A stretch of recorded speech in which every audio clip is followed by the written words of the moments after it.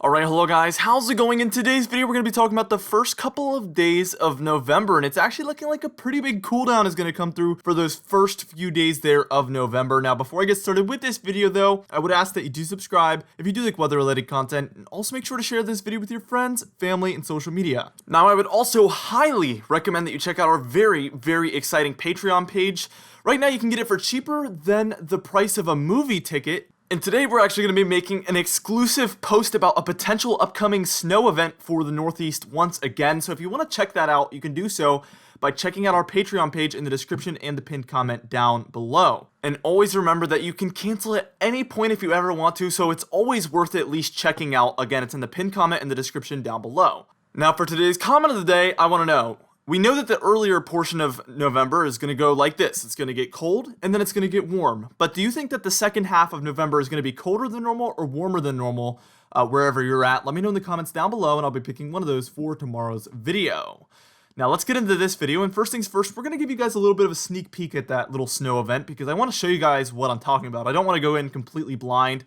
But here's our European model, and it doesn't have much of a snow event at all, except for the Adirondacks, and further west towards the Great Lakes. You can see our low pressure center there over Boston at this frame. And let's switch over to our GFS model quickly, and as you can see, it's a lot further east, and there's a lot more snowfall going on. The one thing I want to mention is there's a ton of cold air coming in, and we do have a pretty strong low pressure center in the area. That's the two ingredients you need for a snowstorm, and I think this one has a lot of potential to be a little bit bigger than what these models are showing. So that's what my Patreon post is going to be about. Again, you can check that out in the pinned comment and the description down below. Anyway, what we're going to do is we're going to move on and we're going to take a look at the actual temperature anomalies and talk about why I think the first few days of November are going to be actually quite frigid for the eastern and central United States. So first things first, here is how the last 3 days have gone, and this is as of last night. So, you know, probably the last 3 days before Halloween, which is today. And as you can see, we had a very strong southeast ridge. That's what a southeast ridge looks like.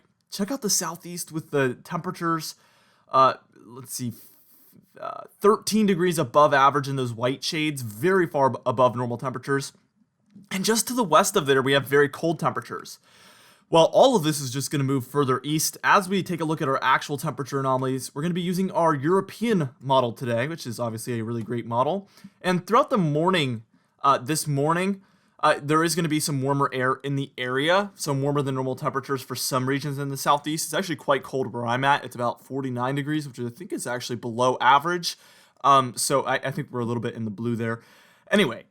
So let's just go ahead and move it towards this afternoon, and as you can see, we are going to be dealing with some colder than normal conditions throughout the eastern third of the United States for this Halloween, especially in the greens. That's where you're at about maybe approaching 10 degrees below average. So it's going to be quite cold, and actually I've noted that the previous 3 or 4 years, Halloween has always had a huge warm-up for the East Coast, and this year has been like one of the first where it's actually going to be quite cold. And I'm going to quite enjoy that, actually, because I think it's always muggy and hot on Halloween, and I always hate that. All right, so what we're going to do here is we're going to move on, and we're going to take a look at the actual temperatures for Halloween, the high temperatures. And then we're going to move on, take a look at the 1st, the 2nd of November, and then we're going to move on from that point and take a look at when this pattern is really going to switch up. All right, so here we are taking a look at the actual temperatures for the high temperatures on Halloween. As you can see, for many areas up in New England, the Northeast, we're taking a look at mid 40s to lower 40s, and even some of those New England regions with the lighter blues, that's where we're in maybe the upper 30s, so very chilly. The Mid-Atlantic is overall dealing with, you know, upper 40s to mid 40s there, I would say. If you're in portions of the Southeast, it depends where you're at. If you're in Virginia like me, you're in the mid 50s. And then if you move down further south into the southeast, it's in the 60s, which again is still pretty cold, below normal temperatures, very pleasant. Maybe some 70s in some regions, which is around room temperature. So it's going to be a pleasant Halloween for many regions, except for the areas up north where it's going to be a little bit too cold almost.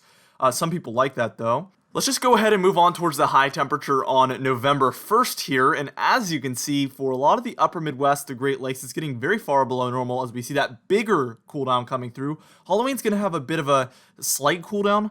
This one coming in on the 1st and the 2nd of November is going to be a very potent but quick one. So let's just let this play out. The East Coast, you actually warm up for Sunday, November 1st. You do warm up a little bit for one day there along the coast, especially in coastal Virginia, coastal North Carolina. That's my region. So it's actually going to be quite warm on Sunday. But as we take a look at the actual temperatures for the upper Midwest, the Great Lakes, Ohio Valley, 30s and 40s are abundant throughout a lot of the north central United States, the interior northeastern United States, regions like that. But what we're going to see is as we move towards the second in a moment, it's going to get a lot colder. So what we're going to do is we're going to move on towards the 2nd of November, and we're going to take a look at the temperature anomalies and then the actual temperatures for that frame, where we're going to see this huge cool down move all the way into the eastern United States. Alright, now here we are taking a look at Monday, November 2nd, and as you can see, we're taking a look at some far below normal temperatures here for a lot of the southeast, the Ohio Valley, the northeast, the mid-Atlantic, and New England there. The greens are indicating, again, about 10 to 15 degrees below average, and those blues inside the green are actually taking a look at about 15 to 30 degrees below average. So there is some areas scattered in that are even further below normal. And we have a very strong positive PNA out there in the west. I'm always trying to teach you guys about this stuff because it really does drive the pattern.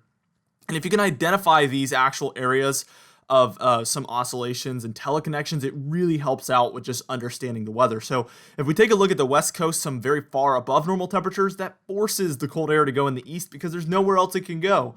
And oftentimes if you see that combined with, some warmer conditions over the Arctic regions, that really is just a deadly duo, I guess you could call it. Let's just go ahead and take a look at the actual temperatures for the eastern United States on this frame. And this is the high temperatures for November 2nd. That's 50 degrees, pretty widespread throughout all of these deeper blue regions and through the lighter blues. That's where we're taking a look at even 40s and 30s. New England, I'm seeing some 20s. The reds, I think, are indicating anywhere below 30 degrees. So for Vermont, New York, Massachusetts, New Hampshire, we are taking a look at some of our first 20s of the years for highs at least. It's 50 degrees throughout Virginia and North Carolina, which is my local area, so very, very cold compared to normal, and actually the coldest temperatures we've seen as a high temperature once more so far this season. So very exciting stuff for some of us cold lovers. I prefer the colder temperatures because I like dressing for the colder temperatures. Let me know how you feel about that. I know a lot of people prefer the warmer temperatures. What do you prefer, warmer or colder? And let me know why. And I wanted to show this frame because this is exactly when our snowstorm would be happening. Here's the European model. So the afternoon hours of Monday, take a look at that. Snow for New York, Massachusetts, Vermont, New Hampshire, Maine. They just had some snow, and there could be more on the way. Again, you could check out our Patreon post in the description and the pinned comment down below to check that out. What we're going to do here is we are going to move on and we're going to take a look at how the rest of November could go. We're going to take a look at the long-term forecast now. Just take a look at the rest of November. And then we're going to take a look at some of the teleconnections as well. Now, the reason this is crucial is because I just made my November forecast yesterday, and I know I'm going to get a ton of comments like, didn't you just say November is going to be warmer? And now you're saying it's going to be colder. Well, in this video, I'm saying the first 2 days of November are going to be colder. That's the difference because yesterday I was talking about the whole, 30-day or whatever month of November. Today I'm talking about 2 days in November. So that's the difference. So if anybody comments down below and says like, you just said November's going to be warmer, you can go ahead and respond to them if I can't get the chance to do that. So if you see somebody say that, just go ahead and correct them because they probably just didn't watch the whole video. Here is by the 4th, you can see the warm temperatures are widespread throughout a lot of the United States here by this point. And by the 10th, we see warm in the east, cold in the west, especially those regions where I put my coldest temperatures for my November forecasts up there for Montana, the Dakotas. So yeah, that is definitely why I made my forecast the way it is, because the first 2 days are going to be very different than what follows those first 2 days. So I hope that makes sense. I hope that doesn't confuse anybody. And again, if you see anybody commenting down below and they're confused and you understand, please feel free to correct them or help them understand. Here is our Pacific North American oscillation, again, our PNA. And again, I said around the 2nd that we have a strong positive PNA. You can see that it goes in the positive direction, actually 2 or 3 points in the positive direction there. And then it digs back down into the negative by about the 5th, 6th, 7th, until about at least the 12th. There. So as you can see, at about the 12th, we see maybe a rise back towards the positive. I was looking at this morning, and it looks like it could go back positive. And here's the interesting thing. This is our North Atlantic oscillation, and all you need to know about this is warmer usually means, or if this is in the positive direction, this usually means some warmer temperatures for the east. And if it's in the negative direction, it usually means some colder temperatures for the east. You can see it's going to be in its positive phase until about the 7th through the 8th, and then it's going to move towards the negative and stick around for at least through the 15th in the negative phase. The interesting thing here is that could be combined with a positive PNA. Keep that in mind. Let's move towards our AO, our Arctic oscillation. Again, this one's the same story, except actually it goes for the entire United States. This one doesn't really decide whether it's going to be in the east or the west. That's what the PNA and the NAO do. This one is more just, will cold air be available or will it not be available? When it's in its positive phase, there's less cold air available to dig down into the United States as a whole. And when it's in its negative phase, there's a lot more cold air available that is shoving itself down into the United States. So we take a look at this. It's in its positive phase, so less cold air for the United States as a whole until about the 8th, and then it goes negative until at least the 15th. Look familiar? Because that's when we see that PNA and that NAO switch towards its colder in the east phase. So this could mean very frigid temperatures in the east. This is very far out. This is over a week out.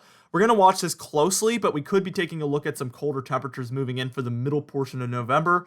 That would be very interesting. But for now, these three teleconnections, the PNA tells me warmer temperatures in the west after about the 10th, colder temperatures in the east after the 10th. The NAO tells me the same thing, some colder temperatures in the east after the 10th. And the AO tells me the cold air that is moving into the United States might be extra frigid. So I hope that makes sense. I know this gets confusing sometimes when I talk about the teleconnections, because I always forget that not everybody understands it fully. So I try to explain it as best as possible, but I know it's probably super confusing. Let me know if you have any questions about what I just talked about. Tell me in the comments down below, and I would be happy to try to answer that for you. Anyways, for today's comment of the day, I asked you guys, how do you think November is going to go for your area? And Zeta Dur for the comment of the day for probably the 40th time now. Average precipitation and near or slightly below normal temperatures here in south central Kansas. And I do agree, but there's one thing you need to know. You probably will come out around average temperatures or below average temperatures, but there is going to be some periods of very far above normal temperatures and very far below normal temperatures. But those two things, let's say they were for an equal amount of days, 2 days of far below normal temperatures, then 2 days of far above normal temperatures, that actually comes out at around average. So just because it, overall comes out at around average doesn't mean it's going to feel like around average. That's very crucial. Anyway, for today's patron highlight of the day, I want to thank you all for supporting the channel, but especially our diamond patrons, Rosemary Haynes, Michael Caudelessa, Alicia Davis, Catbite, Terry Curtis, It's Jay, Madbird, Cindy Klein, Kellen Manhart, Michael Beal, Mariah Vieira, and Mark J, alongside our platinum patrons, Adam S., Justin Quantrell, who is our new platinum patron. Welcome to the platinum patron team. Donna Carnes, Alan Belemo, Larry LePan, Dovey Nagel, James Wade, and Cameron Marshall. Anyway, guys, thank you so much for supporting the channel. I appreciate all of you. If you would like to be on this patron end screen, you can do so by, again, checking out that Patreon page in the description and the pinned comment down below. Anyway, guys, thank you so much for watching this video. Again, be sure to share it with your friends, family, and social media. I will see you guys in the next video.